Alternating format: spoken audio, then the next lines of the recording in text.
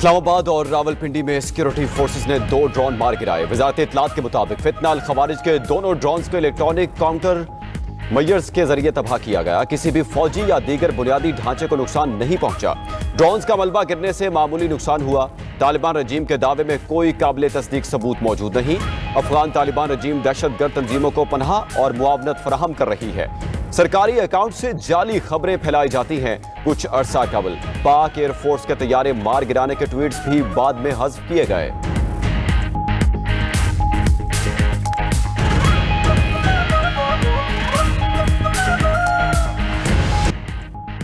America और Israel की 15वीं रोज भी ईरान पर शदीद बमबारी। तेहरान के मगरबी इलाके किरज में धमाके। इसराइली फौज का ईरानी ड्रोन स्टोरेज साइट्स, दिफाई निजाम और हथियारों की पैदावार के मराकज तबाह करने का दावा। कहा कि ताज़ा हमलों में ईरान में 150 से ज्यादा अहदाफ को निशाना बनाया गया। ईरानी मीडिया के मुताबिक तेहरान और इस्फहान में हमले हुए। इस्फहान में रिहायशी इमारत पर बमबारी में 2 अफराद जाँ बहक हो गए। हिलाल अहमर के मुताबिक जंग में अब तक 1444 अफराद जाँ बहक हो चुके। 19,775 मकानात, 4,511 कारोबारी मराकज और 69 स्कूल तबाह हुए। हजारों खानदान बेघर हैं। उधर इसराइली तैयारों का लिबनान की यूनिवर्सिटी पर हमला। इसराइली मीडिया के मुताबिक बमबारी में 2 साइंसदान डॉक्टर हुसैन बेजी और डॉक्टर मुर्तजा सरवर शहीद हो गए।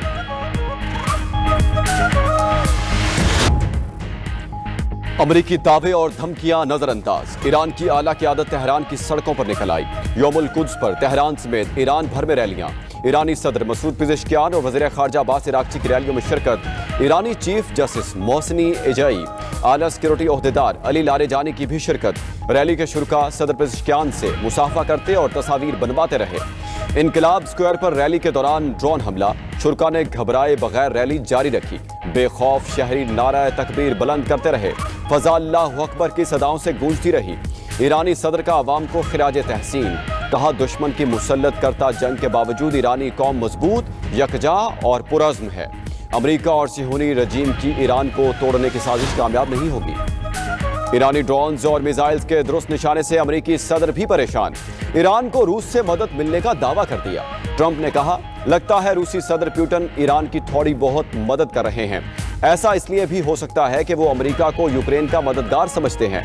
अगले चंद घंटे में ईरान के बिजली घरों जैसे बड़े अहदाफ को खत्म किया जा सकता है।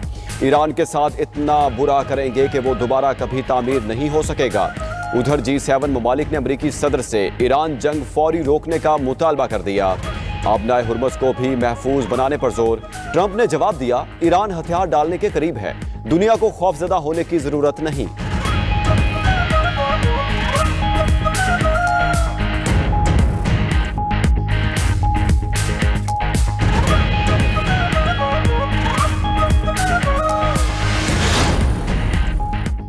ईरानी रजीम के रहनुमा ज़ेरे ज़मीन जा चुके हैं। ईरान की फ़ज़ाओं पर अमरीकी और इसराइली तैयारों का कंट्रोल है।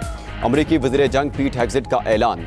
प्रेस ब्रीफिंग में बोले, ईरान के नए सुप्रीम लीडर मुश्तबा खामनाई शदीद ज़ख्मी और रूपोश हैं। उनका वीडियो बयान ना आना खौफ और कमज़ोरी की अलामत है। अमरीकी और इसराइली फ़ज़ाइये के हमलों में ईरान के 15,000 से ज़्यादा फ़ौजी अहदाफ को निशाना बनाया जा चुका। अमरीकी chairman joint chiefs of staff general Caine ने कहा, ईरान में अब भी फ्रेंडली फोर्सेज और कमर्शियल शिपिंग को नुकसान पहुंचाने की सलाहियत है। आलमी बहरी तिजारत को नुकसान पहुंचाने वाली ईरानी सलाहियतों को जल्द मुकम्मल तौर पर कुचल देंगे। इराक में अमरीकी रिफ्यूलिंग तैयारा गिरकर तबाह, 6 अहलकार हलाक। अमरीकी सेंट्रल कमांड ने तस्दीक कर दी। अमरीकी तैयारा हमने गिराया। इराकी मुजाहमती फोर्सेज का दावा। सेंट्रल कमांड की तरदीद। कहा, अमरीकी तैयारे का नुकसान किसी हमले या फ्रेंडली फायर के सबब नहीं हुआ। दौरान परवाज 2 तैयारे हादसे का शिकार हुए, एक बाहिफाजत उतर गया। जंग के आगाज से अब तक 14 अमरीकी फौजी हलाक हो चुके। उधर इराक में ही फौजी अड्डे पर ड्रोन हमले में हलाक फ्रांसीसी फौजी की शिनाख्त और तस्वीर जारी कर दी गई। पासदारान इनकलाब का अमेरिका के एयरक्राफ्ट कैरियर अब्राहम लिंकन पर मिसाइलों से हमले का दावा। पासदारान इनकलाब के मुताबिक मिसाइल हमलों से एयरक्राफ्ट को नुकसान पहुंचा। बहरीन में अमरीकी बहरिया के 5वें बेड़े के अड्डे को मिसाइलों से निशाना बनाया। शिमाली इसराइल में ईरानी मिसाइल हमले से तबाही मच गई, 80 अफराद जख्मी। उधर अमरीकी डिस्ट्रॉयर ऑस्कर ऑस्टिन ने तुर्की की फ़ज़ाई हदूद में ईरानी बैलिस्टिक मिसाइल को मार गिराया।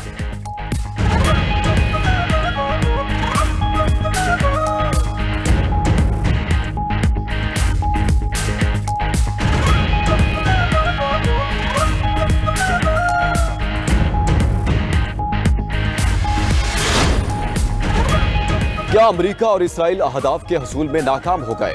अमेरिकी हुकाम ने सुप्रीम लीडर मुश्तबा खामनाई और पासदाराने इनकलाब के रहनुमाओं पर इनामी रकम रख दी। महकमा खारजा के मुताबिक सुप्रीम लीडर और आला ओहदेदारों की मालूमात देने पर $1 करोड़ इनाम दिया जाएगा। इसराइली तैयारों ने लिबनानी दारकूमत बैरूत पर QR वाले पंफलेट्स गिरा दिए। पंफलेट्स में शहरियों को बतौर एजेंट्स भर्ती करने और QR कोड स्कैन करके व्हाट्सएप या फेसबुक पर राबते का कहा गया। लिबनानी फौज की शहरियों को वार्निंग, कहा कोड स्कैन करने से मोबाइल डिवाइस हैक होने का खदशा है।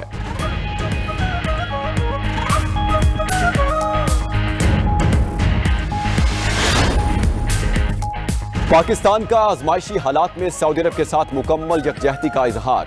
वज़ीर आज़म शहबाज शरीफ और फील्ड मार्शल की सऊदी वली अहद से अहम मुलाकात। फील्ड मार्शल आसिम मुनीर की कॉम्बैट ड्रेस में सऊदी वली अहद से मुलाकात गैर मामूली अहमियत की हामिल करार।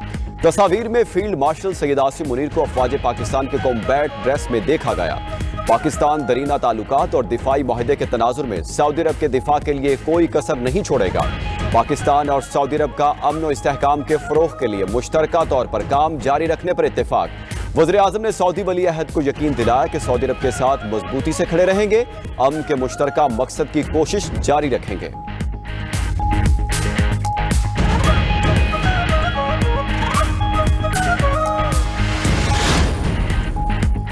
वज़ीर आज़म शहबाज शरीफ का पेट्रोल और डीजल की कीमत ना बढ़ाने का फैसला। आलमी मार्केट में ऑयल प्राइस बढ़ने के बावजूद पाकिस्तान में कीमतें बरकरार रहेंगी। वज़ीर आज़म ने कहा, वादे के मुताबिक जिस कदर हो सका अवाम तक रिलीफ पहुंचाएंगे। आम आदमी पर बोझ कम करने के लिए पेट्रोलियम मसनूआत की कीमतों में इजाफा नहीं किया जा रहा। बर वक्त पॉलिसी साजी और माली नज़्मो ज़ब्त से सूरत हाल से निमटने की कोशिश जारी है। विफाक के साथ सूबों में भी बचत इकदामात खुशाइंद हैं। दुआ है आलमी सतह पर हालात बेहतर हों और आलमी मंडी में पेट्रोलियम मसनूआत की कीमतों में इस्तेहकाम आए।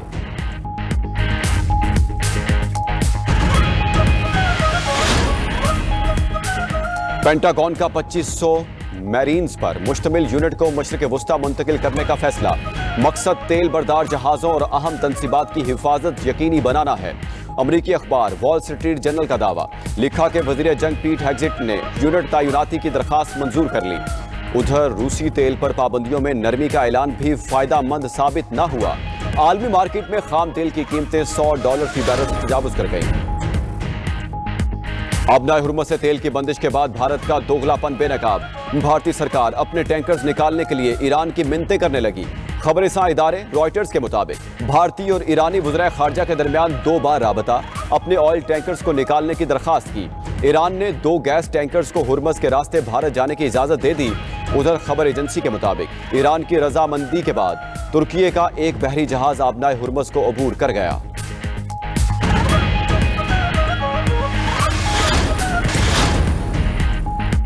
निहाल हाशमी सिंध के 35वें गवर्नर बन गए। नून लीग के रहनुमा निहाल हाशमी ने गवर्नर सिंध के ओहदे का हल्फ उठा लिया। सिंध हाई कोर्ट के चीफ जस्टिस जफर अहमद राजपूत ने निहाल हाशमी से उनके ओहदे का हल्फ लिया। हल्फ उठाने के बाद गवर्नर सिंध निहाल हाशमी की मज़ार कायद पर हाजिरी फातिहा खानी की। मीडिया से गुफ्तगू में कहा, वो शरारत की सियासत नहीं करेंगे, अवाम की फलाह व तरक्की तरजीह होगी। वज़ीर आज़म यूथ प्रोग्राम के तहत लैपटॉप स्कीम का दायरा वसी करेंगे।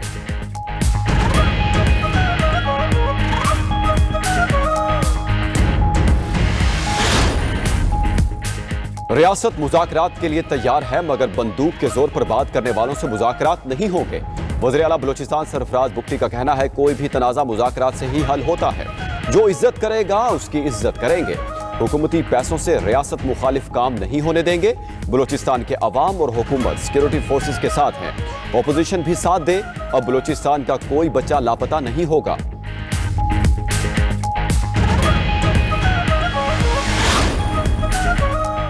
किबला अव्वल की आज़ादी और फ़लस्तीनियों से इजहार यकजहती के लिए मुल्क भर में यौमुल कुद्स मनाया गया। लाहौर, कराची, रावलपिंडी, फैसलाबाद समेत शहर शहर रैलियां निकाली गईं। हजारों अफराद की शिरकत। खवातीन और बच्चे भी पेश रहे। शुरका पाकिस्तानी और फ़लस्तीनी परचम उठाए नारे लगाते रहे।